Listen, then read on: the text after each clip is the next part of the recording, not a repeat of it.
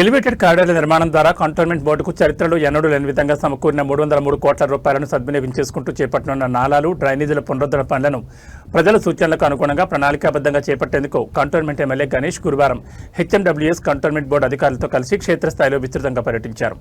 Ward 6 పరిధిలోని సీతారామపురం, మర్రి Rama Reddy colony, Harshavardhan colony, స్నేహ colony, Bharat avenue, అలాగే ward 3 Anna Nagar, ward 2 Rasoolpura, కట్టకింది బస్తీలలో పర్యటించి స్థానిక ప్రజల నుంచి సూచనలు, సలహాలు స్వీకరించారు. ప్రజలు తెలిపిన సమస్యలకు అనుగుణంగా పనులు చేపట్టి భవిష్యత్ తరాల కోసం నవ కంటోన్మెంట్ నిర్మాణం దిశగా అడుగులు వేయాలని ఈ సందర్భంగా ఎమ్మెల్యే గణేష్ అధికారులకు సూచించారు. ఎలివేటెడ్ కారిడార్ నిర్మాణంతో సమకూరిన ఈ నిధులు కేంద్రానికి వెళ్లకుండా కేవలం మన కంటోన్మెంట్ ప్రాంత అభివృద్ధికి ఉపయోగపడేలా చొరవ చూపిన ముఖ్యమంత్రి రేవంత్ రెడ్డికి ఈ సందర్భంగా ఎమ్మెల్యే గణేష్ కృతజ్ఞతలు తెలిపారు. ముఖ్యమంత్రి సహకారంతోనే కంటోన్మెంట్ చరిత్రలో మొదటిసారిగా ఇంత భారీ మొత్తంలో నిధులు సమకూరాయని ఆయన పేర్కొన్నారు. ఈ ఘటనలో ఎమ్మెల్యే వెంట బోర్డు నామినేటెడ్ సభ్యురాలు బానుక నర్మదా మల్లికార్జున్, హెచ్ఎండబ్ల్యూఎస్ అధికారులు శ్రీనివాసులు, రవి, కంటోన్మెంట్ అధికారులు ఉమాశంకర్, దినేష్, బోర్డు మాజీ వైస్ ప్రెసిడెంట్ జంపన ప్రతాప్ మరియు ఇతర నాయకులు, కార్యకర్తలు పెద్ద ఎత్తున పాల్గొన్నారు.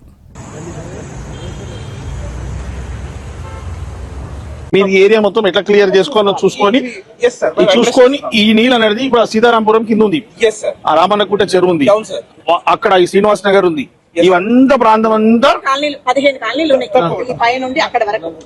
సేమ్ టైం ఇక్కడ 2 సోర్సెస్ ఆఫ్ ఉంది. అవును సార్. ఒకటంటే ఎన్హెచ్ నుంచి బాక్స్ డ్రైన్ తీసుకొని వచ్చి ఇక్కడ వదిలిపెట్టారు, మన డ్రైన్ కలిపారు. దాన్ని సపరేట్ చేసుకుంటూ మనము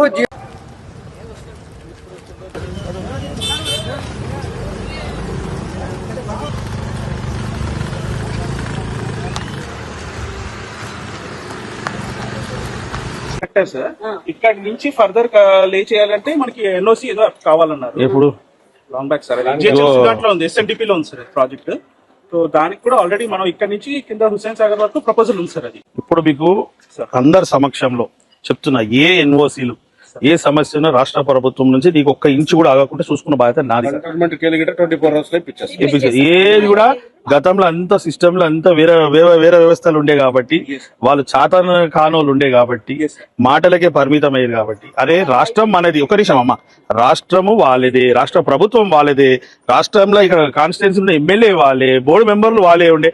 ఒక చిన్న పని చేసుకోలే, పుట్టి ఉబ్బరదావులు వచ్చి మాట్లాడమంటే అందరికి పదవులు ఉండే. అప్పుడు ఎంతసేపు ఇది అనుకుంటే 20-30 కోట్లు కాదనుకుంటే ఈ పని అప్పుడే రిజాల్వ్ అవుతుండే. ఎవరు బీఆర్ఎస్ వాళ్ళు. అక్కడ దాకా వచ్చింది నాలా డెవలప్మెంట్ ప్రాజెక్ట్ లో, ఇక్కడికి వచ్చి చేయాలి పెద్ద విషయమే కాదు. చేయలేకుండా అక్కడ ఎమ్మెల్యేనేమో ఆయన చేసుకుని ఆ నీళ్ళంతా కింద పోయి జావురి ఏం కావాలని కృష్ణారావు వేసి పెట్టారు. ఇక్కడ ఉన్న వాళ్ళు లీడర్లు చేసేటోళ్ళు కాదు, సమస్య పరిష్కరించి ఇదంతా. ఇప్పుడు ఈ యొక్క పైసలలో కూడా ఇక్కడ అంతా అనుభవస్తున్నారు, బాధ్యతగా ఉన్నారు కాబట్టి ఈ పైసలను ప్రతి పైసా పబ్లిక్ సమస్య పరిష్కారం కావాలా, వర్షాలే కాదు తుఫాన్ వచ్చినా ఏం కాకుండా ఉండాలనే ఆలోచనతోటే ఈ రోజు ఫీల్డ్ విజిట్. ఇప్పుడు మన జైకాలయంలో ఆ లైన్ ఎట్లా చేస్తారు, ఇప్పుడు వచ్చినాయి ఇప్పుడు బయటకి ఫ్లో అవుతుంది కదా, బయటకి ఫ్లో అయింది ఆగకుండా ఈడ ఇప్పుడు ఈ కాలనీలు ఎక్కడ కూడా నీళ్ళు నిలబడకుండా ఫ్లో అయ్యేటట్టు చూస్తుంది కదా. మీరు అన్నట్టు సేవరేజ్ లైన్ చేసినా కూడా అక్కడ పోయి మళ్ళీ బయటకు ఎంతో పెద్ద పని చేసినా కూడా మళ్ళీ ఇంటికి అదే మాత్రమే అవుతుంది. కాబట్టి ఎక్కడో ఒక దగ్గర ఎస్టీపీ పెట్టి ఒక ఎస్టీపీ కట్టుకుంటే పర్మనెంట్ సొల్యూషన్.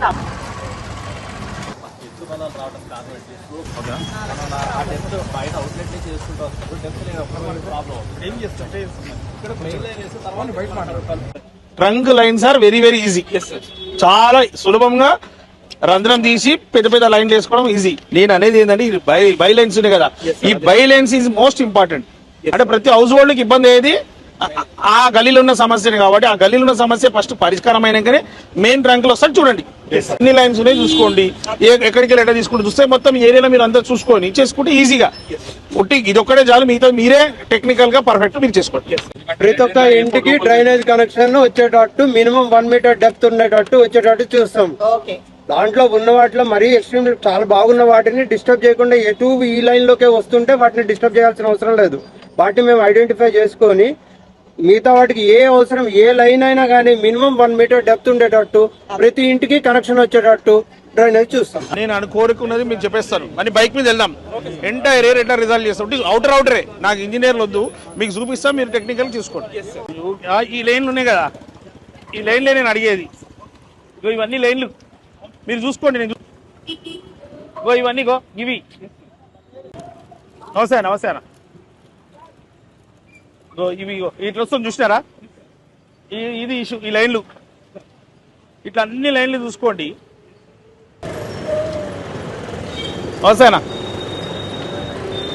ఇప్పుడు చేయకుండా ఎప్పుడు చేయలేమండి. ఇవన్నీ చూస్తే చిన్న చిన్న లైన్లు.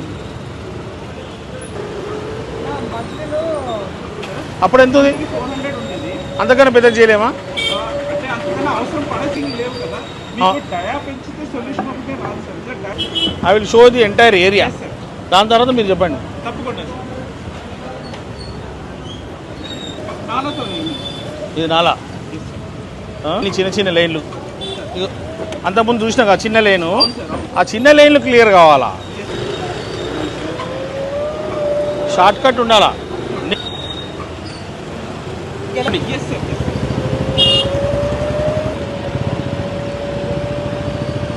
అర్థమైంది? ఎంటైర్ రింగ్ చూపించిన మీకు సర్కిల్.